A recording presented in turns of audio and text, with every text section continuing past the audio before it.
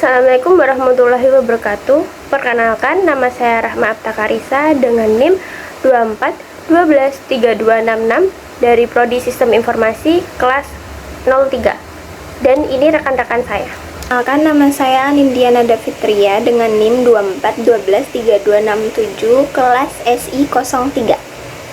Perkenalkan, nama saya Didi Afwansyah dengan NIM 24123239. Di sini kami akan mempresentasikan tentang dunia dalam arah yang tidak jelas untuk menang dalam persaingan global, suku bunga, kebijakan impor-ekspor Amerika Serikat dan implikasinya bagi Indonesia. Di sini saya akan menjelaskan poin 1 pada pandangan politik, yaitu kebijakan tarif Amerika Serikat berpotensi mengganggu stabilitas politik Indonesia karena sektor industri yang bergantung pada ekspor ke Amerika Serikat rentan terhadap dampaknya. Penurunan ekspor dapat menurunkan produksi, memicu PHK, dan menciptakan keresahan sosial yang berujung pada penurunan kepercayaan terhadap pemerintah. Sehingga langkah pemerintah adalah 1. Dialog diplomatis dengan Amerika Serikat, di mana negosiasi, tarif, dan solusi saling menguntungkan dengan Amerika Serikat. 2. Perjanjian perdagangan bilateral, di mana diversifikasi mitra dagang, kurangi ketergantungan pada Amerika Serikat. 3. Kerjasama regional, di mana memperkuat posisi tawar lewat ASEAN dan forum multilateral. Pada poin 2, ekonomi.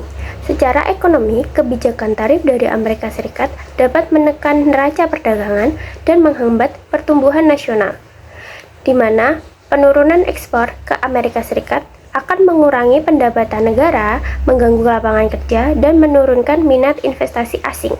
Untuk mencapai pertumbuhan ekonomi sampai 8%, langkah seperti hilirisasi industri di sektor SDA seperti nikel dan tembaga dapat meningkatkan nilai tambah dan ekspor.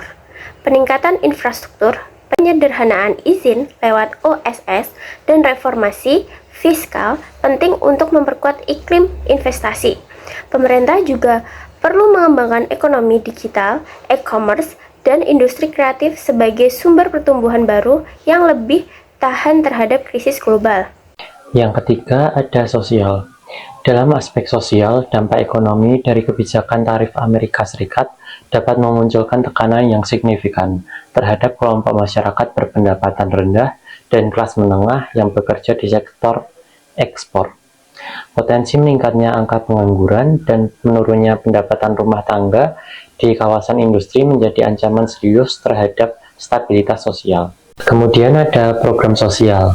Yang pertama, jaminan sosial adaptif, perluasan program kartu prakerja untuk pekerja yang terkena dampak industri.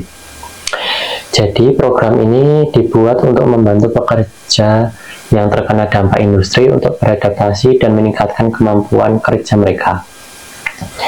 Yang kedua, ada skema reskilling dan upskilling, pelatihan tenaga kerja untuk beralih ke sektor-sektor baru seperti digital, logistik, dan energi terbarunya. Tujuan skema ini adalah untuk membantu pekerja meningkatkan keterampilan dan kemampuan mereka sehingga mereka dapat beralih ke sektor-sektor baru yang lebih menjanjikan dan berkelanjutan. Kemudian ada subsidi dan bantuan langsung tunai atau BLT, diberikan secara sementara kepada kelompok masyarakat terdampak selama masa transisi industri.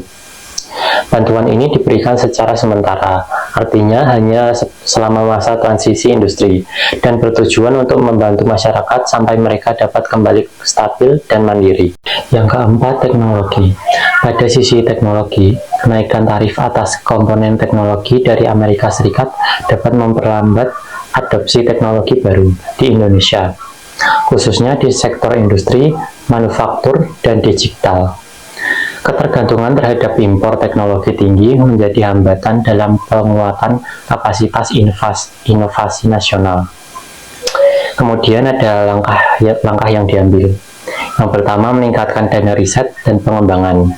Kedua, mendorong kolaborasi universitas dan sektor swasta.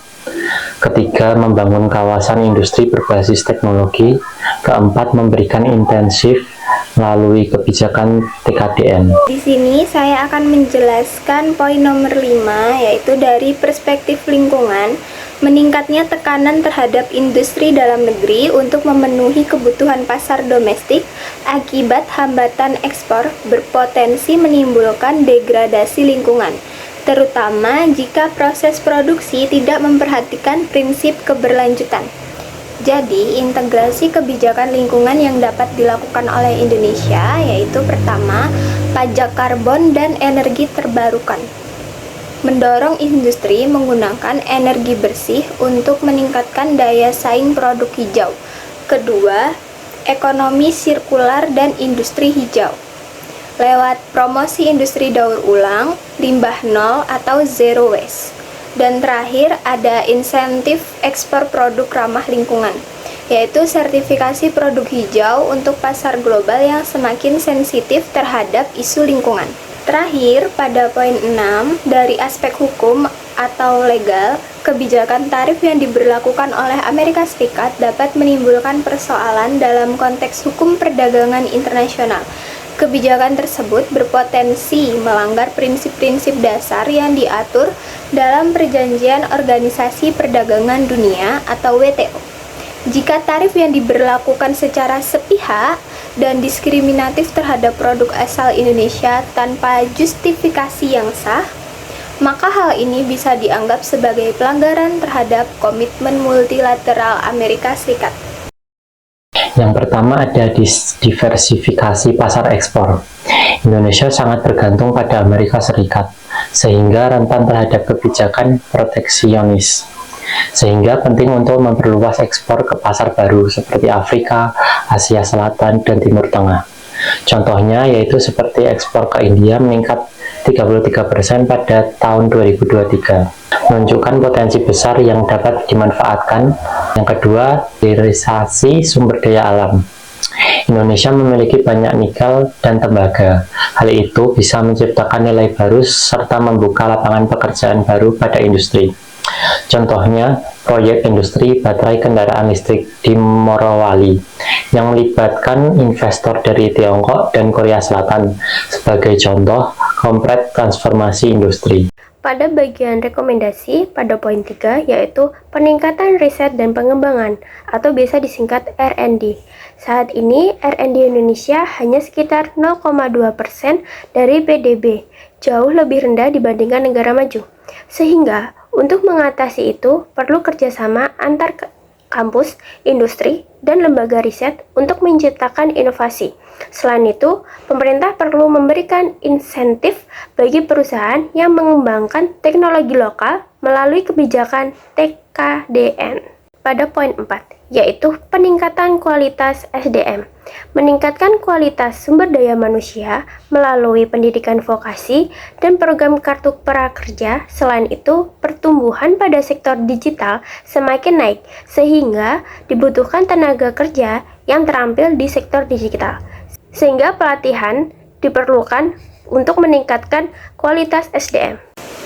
Rekomendasi strategis nomor 5 yaitu penyederhanaan regulasi dan infrastruktur. Menggunakan sistem OSS atau Online Single Submission sebagai penyederhanaan regulasi untuk menarik investasi dan memperkuat daya saing. Dengan begitu, proyek seperti Pelabuhan Patimban dan Jalan Tol Trans Sumatera harus diintegrasikan dengan kawasan industri untuk mempercepat logistik dan distribusi. Terakhir, ada diplomasi dan hukum internasional. Indonesia harus aktif di forum internasional seperti WTO dan G20 untuk memperjuangkan kepentingan nasional. Contoh kasusnya, jika tarif Amerika Serikat diskriminatif, Indonesia perlu menempuh jalur hukum seperti dalam sengketa biodiesel dengan Uni Eropa, di mana Indonesia menang sebagian pada 2023. Sekian presentasi dari kami. Jika ada salah dan kurangnya, kami mohon maaf. Wassalamualaikum warahmatullahi wabarakatuh.